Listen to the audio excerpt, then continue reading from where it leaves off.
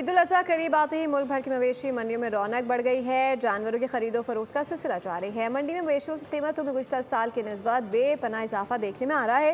मंडियों में लाए गए खूबसूरत और तगड़े जानवरों ने लोगों को अपनी जानिब मुतवज्जा कर लिया है।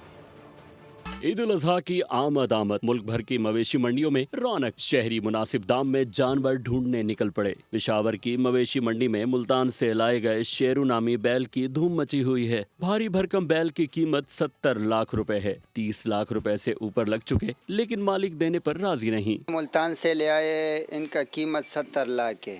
इनके सुबह नाश्ते में 2 किलो दूध और घी खिलाते और 4 अंडे। न्यू कराची ईदगाह ग्राउंड में लगने वाली मंडी में भी खूबसूरत और भारी जानवरों की कमी नहीं। पंजाब से लाया गया 10 से 12 मन वजनी बछड़ा लोगों की तवज्जो का मरकज बन गया। बछड़े की खुराक में देसी घी और खुश्क मेवाजात शामिल हैं। ये जनाब पंजाब की मंडी का है। ये पाला हुआ है, अपने पूरे साल पाला है इसको।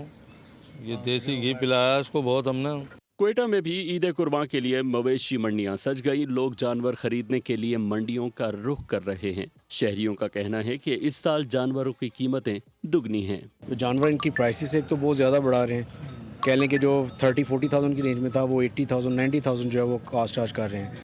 मवेशी मंडियों में भाव ताव के बाद गाहक खाली हाथ भी वापस जा रहे हैं। व्यापारियों का कहना है कि किरायों, चारे के निर्ख और दीगर अखराजात बढ़ने से जानवरों की कीमतों में इजाफा हुआ है।